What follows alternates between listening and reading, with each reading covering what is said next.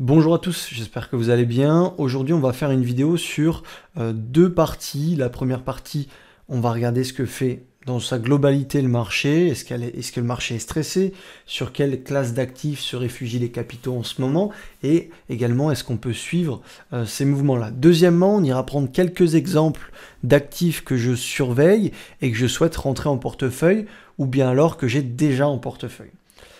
Avant de commencer, je vous rappelle que nos financements CPF est disponible, donc ça vous permet d'être formé au marché financier sans dépenser de l'argent, donc c'est plutôt sympa, ça a été assez récent, donc je vous invite à aller voir ça dans la description. Parenthèse terminée, au niveau des pays, on a l'Asie, le Qatar, le Brésil, le Pérou, la Thaïlande qui cartonnent, grosso modo, des pays gros producteurs d'hydrocarbures. Également des producteurs de métaux. Le Pérou, par exemple, c'est un gros producteur de métaux. Il y a énormément de mines dans ce pays-là. On voit que ça représente quasiment 40% de la pondération de l'ETF sur le Pérou. Donc c'est l'économie, le secteur le plus important et le plus pondéré sur cet ETF-là. Donc il n'y a pas de hasard. Au niveau des pays, ce sont grosso modo les pays qui sont gros producteurs d'hydrocarbures et qui ont des grosses ressources minières, par exemple. Simplement, puisque si on regarde les secteurs, vous avez l'énergie qui est en tête depuis peut-être un mois et demi, 2 mois maintenant, la finance et puis les matériaux de base qui sont en troisième position. Alors, dans la globalité, les matériaux de base sont plutôt négatifs sur la performance sur 14 jours, mais vous allez voir après, dans les industries, c'est-à-dire un entonnoir, une poupée russe plus petite, donc on va aller voir un petit peu plus précisément quels sont les matériaux qui cartonnent, mais grosso modo, vous avez trois actifs qui se tiennent plutôt bien. L'énergie, toujours à suivre sur le pétrole, on va le voir juste après, c'est une classe d'actifs qui plaît beaucoup aux investisseurs. La finance, avec les taux d'intérêt qui vont potentiellement remonter, ça va potentiellement attirer des capitaux sur les bancaires, etc., qui seront bien plus rentables, puisque depuis de nombreuses années, elles n'ont pas pu prêter à de taux très élevés, donc c'est pas hyper rentable de prêter actuellement. Au niveau des industries, alors on va regarder juste l'actif qui performe le moins, donc les techs, l'immobilier. En ce moment, ça se casse un petit peu la figure. C'est pas forcément les actifs à suivre actuellement. Même si il y a forcément des sociétés qui tirent leur épingle du jeu et qui vont surperformer le secteur technologique. Au niveau des industries, je vous le disais tout à l'heure, les métaux et mines sont la plus grosse pondération au Pérou. Bon, on le voit au niveau des ETF industriels, c'est ce qui cartonne en ce moment. Le cannabis fait un petit retour. Il y a un petit retour d'intérêt sur le cannabis, donc à surveiller. On est sur des niveaux clés pour potentiellement avoir une recovery. Attention, la dynamique est extrêmement baissière. Ne pas acheter n'importe comment. Même si au niveau des niveaux clés sur le cannabis, on est au niveau de la zone d'ouverture-clôture annuelle. Donc c'est un niveau pivot qui va permettre de savoir si à court terme on va potentiellement avoir une dynamique haussière. Toujours l'acier, le cuivre, l'or, donc producteurs de métaux, les équipements et services pétroliers, donc Total, Schlumberger, etc. C'est vraiment une classe d'actifs qui cartonne en ce moment. Il y a d'ailleurs des très beaux trades à prendre éventuellement, on verra ça tout à l'heure sur le graphique. Au niveau du cacao, du café, ça cartonne aussi, l'argent, l'aluminium, l'essence, etc., etc. Donc une grosse partie des matériaux de base et de l'énergie qui cartonne. Ce qui cartonne le moins en ce moment, c'est le gaz nat, mais le gaz nat est très volatile actuellement. Il a fortement accéléré et puis là, il retrace un petit peu. Donc, on est à moins 15%. Tout ce qui est médias, énergie verte, ça ne plaît pas du tout actuellement. Les réseaux sociaux, on l'a vu avec Facebook, le crash ces dernières semaines, ça impacte le secteur dans sa globalité.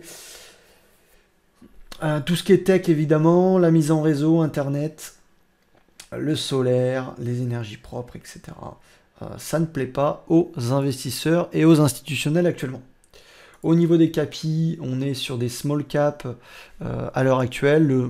voilà, le marché n'aime pas les grosses caps, donc à éviter pour le moment. Ça nous donne simplement une petite information, il n'y a pas grand chose à en tirer de ce suivi des capitalisations, ça regarde un petit peu, ça permet de savoir voilà, où va l'argent sur quel type de capitalisation.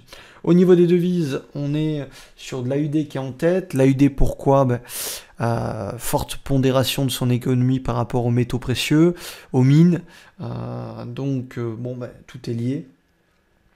Le dollar qui se fait massacrer en ce moment, donc à surveiller, plutôt privilégier l'euro, l'AUD face à des devises comme le CAD ou le dollar.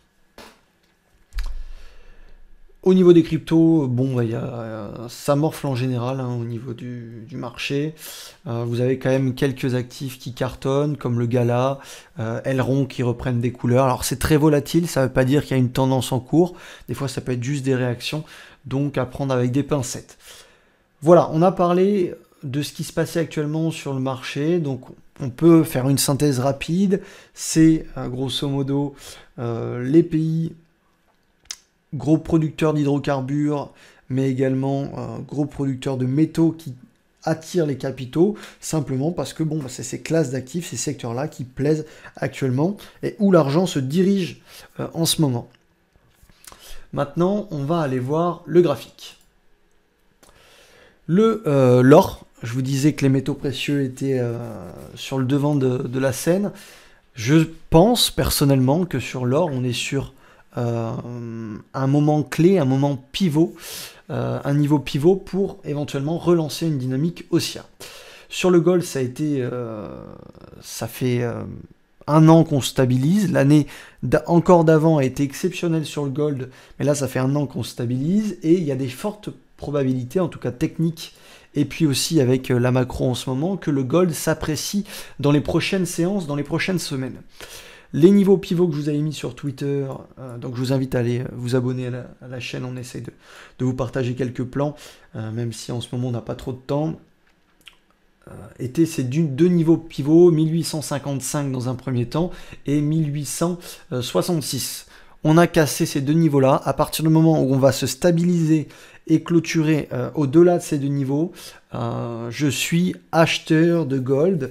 J'ai d'ailleurs acheté une position sur une société qui est liée au gold. On va regarder ça juste après.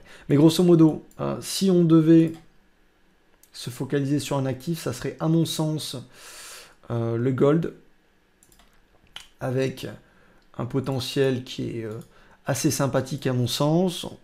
On peut aller chercher éventuellement la barre des 2000 $ l'once, et au niveau d'un niveau d'invalidation serait grosso modo cette zone-là. C'est-à-dire que tant qu'on ne réintègre pas les 1830, on peut rester acheteur d'or. Tout va jouer finalement ce soir ou demain, c'est-à-dire qu'il faut tenir cette zone des 1865-1866. C'est ma zone pivot. Sans celle-ci, ça sera compliqué. Sans rester au-delà de celle-ci, ce sera compliqué d'avoir un biais extrêmement acheteur. Pour le moment, c'est le cas et je vais vous montrer une action que j'ai en portefeuille. Et je gagne déjà une fois mon risque. Donc, c'est celle-ci. On a plus ou moins le même setup, c'est-à-dire qu'on a un cycle hebdo qui était plutôt baissier, voire neutre, et qui se retourne avec une superposition des cycles en daily hebdo, ce qu'on appelle à DMT un double signal, pour ceux qui connaissent et qui ont suivi nos formations. Donc, tant qu'on ne réintègre pas sur cette action ce niveau-là, je resterai acheteur fortement sur le titre. Alors ce qui me donne des convictions, c'est évidemment la matière première sur l'or. Après, je cherche soit d'acheter un contrat futur, soit des actions qui sont liées au secteur de l'or, des mines, etc. Mais grosso modo, c'est les deux niveaux pivots, à la fois sur le gold et sur cette société Barrick que j'ai en tête. Avec des gros volumes sur la séance de vendredi, donc on va voir un petit peu comment se comporte le prix. Là ça va être assez rapide, je pense que d'ici une journée, quelques séances, on va être fixé sur comment le prix va se dérouler sur le gold. Bon, ça c'est pour l'or, donc gros biais haussier au-delà de ces deux niveaux pivots. On a également un secteur d'activité qui m'intéresse, ça va être, si vous voulez, les pétrolières, parapétrolières. Alors, au niveau de SM Energy Company, vous voyez donc les BB courtes et les BB longues, qui symbolisent les BB en daily et les BB en weekly. On a une superposition de ces bandes de bol avec une résistance ici. Le niveau pivot, c'est celui-ci des 37,50, 38 dollars l'action. Tant qu'on ne casse pas ce niveau-là, ça reste de l'anticipation. Par contre, à partir du moment où on va breaker et déclencher une impulsion sur ces deux cycles, à la fois daily et weekly, on aura potentiellement un gros signal acheteur sur SM Energy. Également, un autre actif qui m'intéresse, c'est Transglobe Energy. Pareil, on est sur, vous voyez mon alerte, elle est posée. On a grosso modo une zone pivot qui se situe ici. Tant qu'on ne la casse pas, ça reste à la fois et encore de l'anticipation. Par contre, si on venait à breaker cette zone des 3,50, 3,50 $, le titre, on pourrait avoir une accélération assez fulgurante. Au niveau des volumes, on se stabilise. On est sur quasiment des plus hauts depuis un moment maintenant. Donc c'est plutôt bon signe. On a des acheteurs, le titre est sous accumulation. Donc c'est primordial de mettre son argent sur des titres où il y a plutôt une accumulation qu'une distribution, sinon il y a trop d'offres qui rentrent sur le marché. Donc ça c'est pour également tout ce qui est lié à l'énergie, hein, de près ou de loin. Vous avez MTDR où il faudra également breaker cette zone pivot des 47,30 $. C'est la zone pivot pour déclencher un éventuel achat et un nouveau cycle. Vous avez également CRC, alors qui corrige aujourd'hui, mais tant qu'on ne casse pas cette zone pivot, ça reste encore et toujours de l'anticipation. Donc, vous avez trois sociétés dont on a discuté à l'instant, qui sont exposées au secteur de l'énergie et qui ont toutes la même configuration, c'est-à-dire qu'elles ont un niveau pivot avec une superposition éventuellement des cycles. Pour l'instant, les cycles sont neutres dans une tendance de fond haussière, mais si on venait à breaker et déclencher un double signal phase 2, on pourrait avoir un gros mouvement sur les pétrolières. C'est pas encore le cas, n'anticipez pas, on va attendre éventuellement un signal, une cassure avec des volumes si possible. Je crois qu'on a fait le tour, je voulais vous parler essentiellement de ces deux classes d'actifs, tout ce qui est lié à l'or et tout ce qui est lié au pétrole.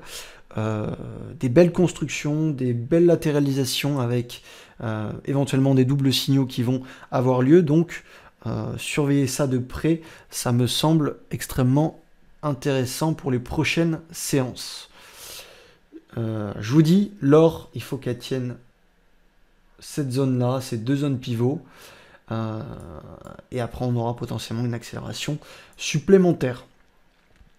Voilà, j'espère que ça vous aura plu. N'hésitez pas à lâcher un petit pouce bleu, ça me motive à faire des vidéos et vous montrer un petit peu ce qui se passe sur les marchés grâce au screener et puis au titre que je surveille et que je veux éventuellement rentrer en portefeuille. Ceci n'est pas un conseil en investissement, je le rappelle, vous devez avoir votre timing, votre analyse. C'est des pistes à explorer éventuellement si vous maîtrisez votre sujet. Très bonne journée à vous et puis on se dit à très vite. Salut!